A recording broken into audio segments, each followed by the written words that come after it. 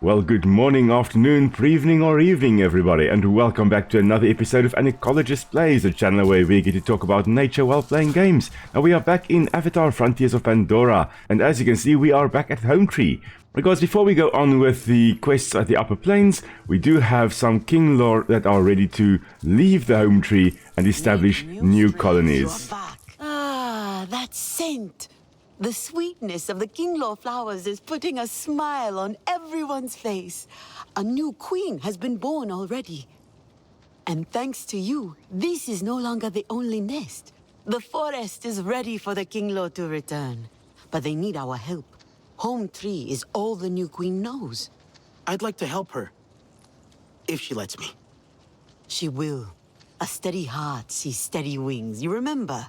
All she needs is for you to guide her into the forest. She will choose the tree to make her new home. But watch her closely. She will tell you when to stop and where to go. Avoid perils, especially water. I will keep her out of danger as much as I can. If you do not, she will fly away. Maybe even all the way back here. Unless she stops at a flower to feed. Alright, so these are of course the Kinglor Moths that are flying all over the place here, and there should be a queen right over here. I can't actually see her, but she's supposed to be here. Let's go. And now she is on me, and a whole bunch of Kinglor are going to be flying with me. Now, as we are traversing the forest with the Kinglor Queen on us, this is to some extent very similar to how bees would actually establish new colonies. Because once the population of a beehive actually exceeds a certain point, there will very often be a new queen or more than one queen that breaks off from this original colony. And with her there would be a whole bunch of workers going to establish their new colony. So these workers that go with her will be the ones that will be responsible for collecting food for the colony when the new colony actually establishes. Now, of course, just a queen going alone wouldn't work because, I mean, what are the odds of her actually succeeding? Although, that being said, that's what termites of course do. When the termites establish a new colony, what will happen is a new king and a new queen will actually go out and establish a new colony. Not with bees, however. With the bees, what will happen is, of course, as I said, the new queen will go, and with her a whole bunch of worker individuals. And we're just going to let her rest because, very similar to the Kinglor Moths, bees also, when they establish a new colony, what will happen is they will leave the colony and then make their journey to where they possibly could establish a new colony. However, they don't necessarily know whether there are any suitable spots in the area, so usually there would be individuals going out to go scout for potential locations, but that could take a day or two, and in the meantime the new queen is no longer in the old nest. So oftentimes they will be flying and then finding spots to rest. And 2 years ago we had a whole swarm of bees that's starting a new colony actually resting in our garden, where the queen was in the center of this whole ball of honeybees with a whole bunch of workers around her, trying to make sure that she is safe, that nothing happens to her, while they were waiting for the scouts to come back and tell them that, okay, this far, this direction, there is a potential spot to actually go establish a colony. Now, when you are doing reintroductions like this is, I mean, this species was basically extinct in the wild. There were no Kinglor Moths out in the Kinglor Forest anymore. The only population left were the ones at Home Tree, which is right over there. Now that the Kinglor Forest has actually been rehabilitated to the extent where the air pollution is, much lower, now they can come out and they can establish in potential nesting trees. And there is one that's right up here. There's a big tree over here. I think I can see some Kinglor flowers over there as well. So now they can actually establish here. And that's very important when you're doing reintroductions of extinct in the wild creatures. You don't just want to go and plop them down and hope for the best. You want to make sure that the habitat is right for them, that if you release them, they will survive. Because reintroduction projects are extremely expensive. And now recently, I believe, the scimitar horned oryx has actually been released back into the wild as well. They were in fact extinct in the wild, and they only survived in captive breeding programs. Those captive breeding programs extremely important, and now they have a large population in captivity, but they also have areas that are perfect for the scimitar horned oryx to actually be reintroduced into. And likewise, the Kinglor Forest here is now suitable for the Kinglor Moths again, because we have got the flowers actually opening. And so we're just going to plop down in this nice little recess over here. This looks good. We're just going to plop down the queen here. And now the Kinglor Forest has a new colony of the Kinglor Moths.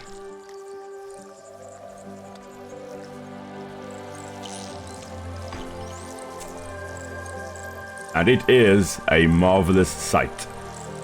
So now, of course, they will do their thing. The queen will, of course, now lay her eggs in the undergrowth, and the young ones will be feeding on the little plants down below.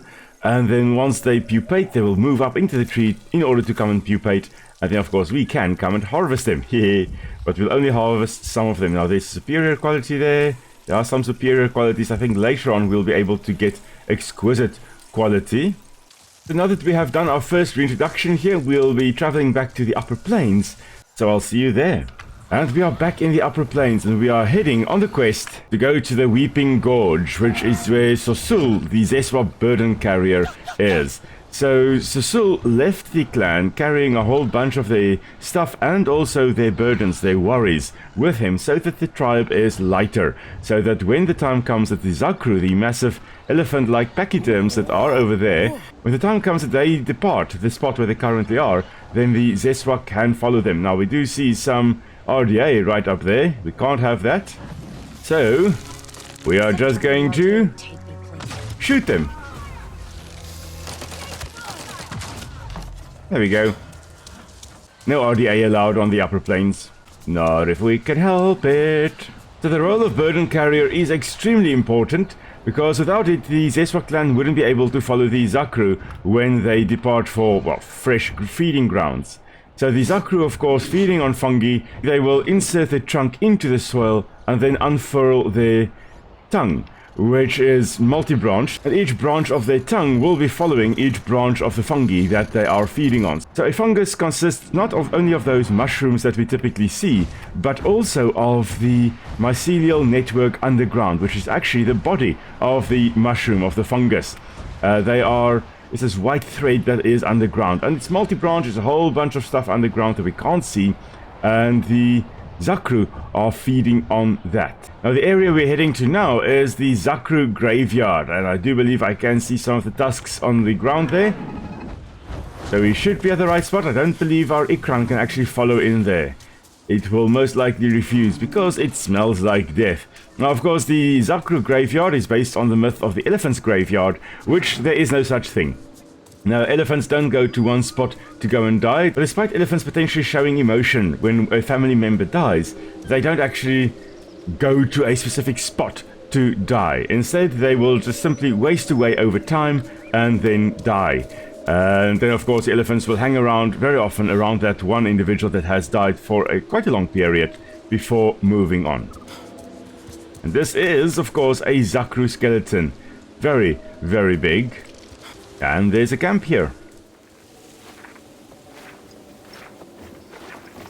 What dusty spirit are you? Do not fuss, my friend. I know this child. You must not worry about Sosul. Like my finest cheeses, he is soft and gooey under his crust. Hear that, Sasem? Such fond lies from my former teacher. Minong sent me to find you. It's not safe here. It's not safe anywhere. Tomorrow you may fall into a ravine or be trampled by Zakru. Delicious, sour, and fizzy as a scorpion thistle. The Sky People are looking for this place. The Sarentu are back. Kin, what other secrets have you been keeping from me? There was something.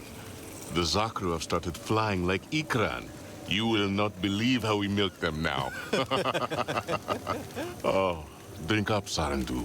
There's nothing here the Sky People need. Not need, want. They want the tusks. How popular we are amongst all our friends and foes. Please, we must go. Impossible. Sasem needs help with the hum. Don't you? Is that worth dying for? Sosul, perhaps we should listen. Listen. How can I listen when all I hear is that? The wailing? The flutes. Their hum should be soothing, bring peace to the children of Ewa. Not this.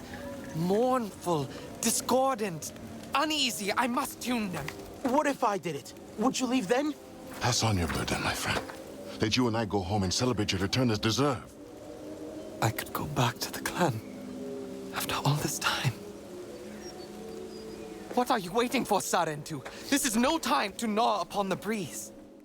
But during the cutscene, Sosul and Kin over here were joking around, talking. Where is Kin now? Kin, there we go. Yes, Kin. Kin, of course, from the circle, from the Zeswa clan home base, basically. Kin and Sosul were best friends, and then Sosul became the burden carrier. And then he left the tribe. However, maybe now Sosul can hand over the burden of caring for this place to us. And then he can actually go back to the tribe and be reunited with the rest of the tribe and also with Kin over here. Of course, we have got, well, this is Sasem apparently. This is the Zakru that was here, and you can see massive creatures, the horns on the top there. All of this, of course, bone. The rest, the parts of it that wasn't bone, has all rotted away, either been eaten by scavengers or simply rotted. And then we can also see the eye sockets in the front there. There's one there, and there is a little one at the back there also. And then in the front of the skull, there should be, and we can't see it here, we'll see it in one of the later ones, there should be the nasal opening where the trunk, of course, would also extend. Now we're just going to follow Sosul over here to where we need to tune some of the wind flutes. So these Aeolian wind flutes that are in the Weeping Gorge are there to soothe the spirits, it seems, of the Zakru that have passed here. And Sosul is technically in charge of maintaining these things, but apparently he hasn't been doing his job.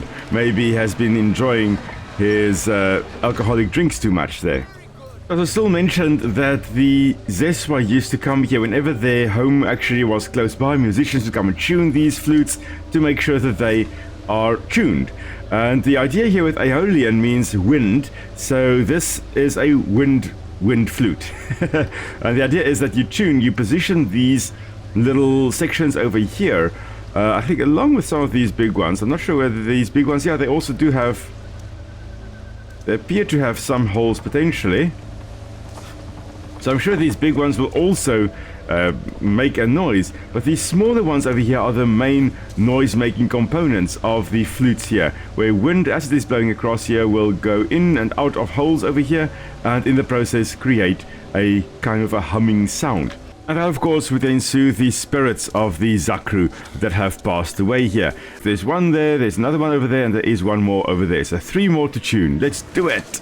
But we are first going to be traveling around here through one of the caves to get to the first one. And we've got these coiling sunshine plants right up here. And like many other plants that we encounter in the game, yeah, they are technically carnivorous, although they are only feeding on bacteria. They're not catching large organisms, but they are filter feeders. They will extend these little arms over here, these little tendrils, and they've got a little fan-like structure at the tip there, and that will then filter out the bacteria floating through the air in the caves here. And then they survive on that. But they're only found in caves, most likely highly sensitive to sunlight, and they're only growing in caves because, well, that's the only spot where there is no sun. And then this little guy over here, also another carnivorous species, although it will be feeding more on insects, larger things like moths and things like that. And that, of course, is the rib plant. So we are going into the cave here. There should be some more of those coiling sunshines right over here, and you can see their tendrils are extended. Because these tendrils that are hanging down are quite sensitive, the plant immediately pulls them back up if it senses danger or any movement in the area whatsoever. These little coiling sunshines again, a whole bunch of them, but as we come closer, zhoops, they just pull up their tendrils to try and keep it safe. It does also seem like they are dumping spores on us in the process. So either spores or pollen, so either to disperse its spores or to go and potentially pollinate another individual. Interesting. Now they wouldn't be able to rely on wind pollination because, well, there's no wind in these caves, is there? And so as a result they would need larger creatures like us to actually come through and take some pollen from one individual to another. So they definitely use animals for pollination. They won't be using wind at all. There's a beautiful mural over here made by the Zeswa clan. The Zeswa on the side look cold and lonely. But the Zakru brought them protection, warmth, and joy. So awesome. It seems to illustrate that, yes, without the Zakru, the Zeswa clan, they were feeling lost, they were cold. You can see the bluish colors, of course, symbolizing cold. And then as they encountered the Zakru, then there was warmth and there was joy and all was good. And of course the tents of the Zeswa are built all around the Zakru, because the Zakru is a massive and very effective windbreak, and it keeps the Na'vi inside nice and warm, protected against the cold wind of the upper plains. Now just making our way outside, there is another wind flute over here. Let's just quickly tune it. Sounds better now. That's 1 down, 2 to go. And now, for the first time, we are encountering mature individuals of these Scarab Crawlers. We have not yet seen mature individuals. We have, however, now managed to get a clean and merciful kill on one, which is awesome.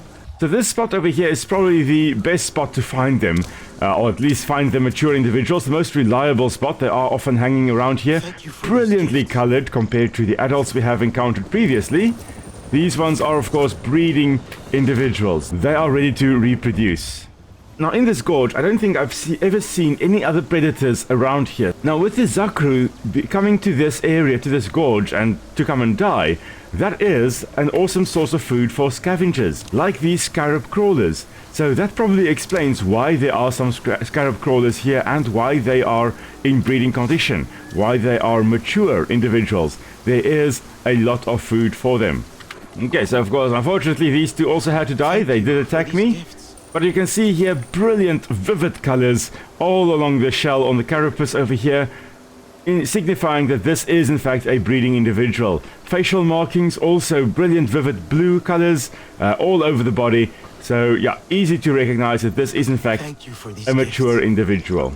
Now, not only will they be feeding on the dead Zakru here, any little animal walking across at the top here and accidentally falling into the ravine to their deaths would also be good source of food for them. As I just walk over blistering roots again, Will is not looking where he is walking, of course. And then of course any creatures bumped off the rocks by Ikran that may actually be feeding on them at the top there, bumping them off, they may also fall to their death. And if the Ikran don't come down to eat them, well, that's more food for the Scarab Crawlers. Another beautiful mural here. The Zakru left. And the Zeswa struggled to follow. Maybe their tents were too heavy. So this painting then showing that the Zakru are nomadic. They tend to move away from areas where they were. So they will establish in an area and then after a while they will move away to a different area. And then the Zeswa was struggling to keep up with the moving Zakru. So even though Zakru are slow, they've got long legs, they can move surprisingly fast. Alright, and another one to tune. And that's it. So that means there is one left. However, I believe there are RDA in the way. Here they come. So, let's just kill most of them with one grenade, shall we?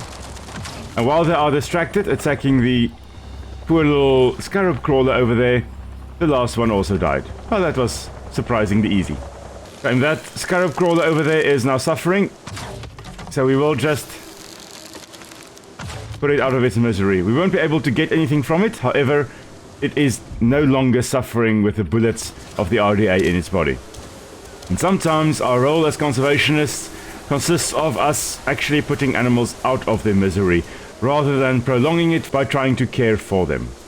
Now, of course, if this were a critically endangered species, that may actually have been a different story. We may have tried to protect it and actually rehabilitate it, although we can't do that in the game, but in real life we would have. But the Scarab Crawlers are not critically endangered, so the best course of action was actually to just put it out of its misery. Now here we do have another skull of a Zakru, and you can see here in front the nasal passage, the entrance to the nasal passage, which on an elephant skull you can see here. Now, of course, the elephant skull on the right hand side, that most likely resulted in the myth of the cyclops, with that big nasal passage resembling a large singular eye.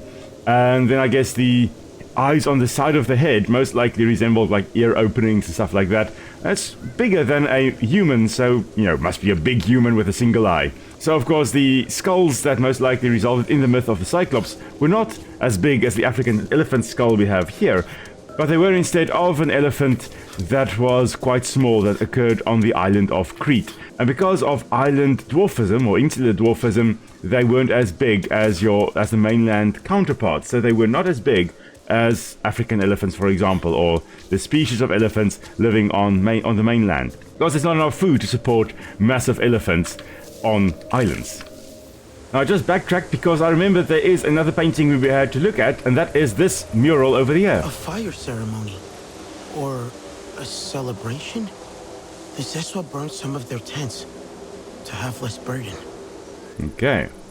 So in order to actually follow the Zakru, the Zeswa got rid of most of their belongings, or a lot of their belongings, so that they were light enough to actually follow the Zakru. Because here's another mural. I don't think I've ever seen this mural, so yeah. The Zeswa walk in harmony with the Zakru. They travel light. This is quite a cool mural. I love the murals in the game here, especially in the Weeping Gorge here. Tells a nice story for us to follow. Okay, so I'm guessing we are now going to just jump over here. Yes, we are. And then make our way with the mermaid's tail over here. Of course, a defense mechanism, the mermaid's tail flipping out like that.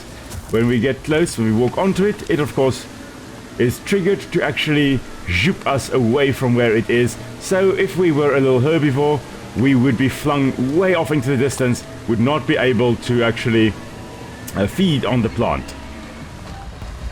Beautiful. In a strange way. They listen to the flutes up in the cliffside cave. Okay, so now we can carry on, most likely just by following this path. Then we should reach the cave that we are supposed to listen at. The musician's cave. Yes. I should hear the song from here, if I concentrate. So as we had previously, this is then where we have the memory painting that we are supposed to do. And as you can see, you don't always have to maintain the position yourself. You can just let it run. And every time that technically the movements are done, you don't have to move your mouse and keyboard, in other words, to keep the cursor in position. And instead, every time that the movement is done, you can just press E to continue to the next one. It's a nice meditative experience still, and I believe you would still get the rewards from doing it this way.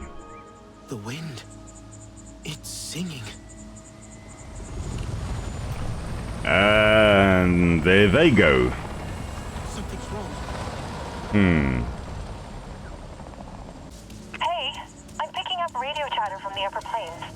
The Harding's frequency. They have been tracking an animal. And a flying warrior.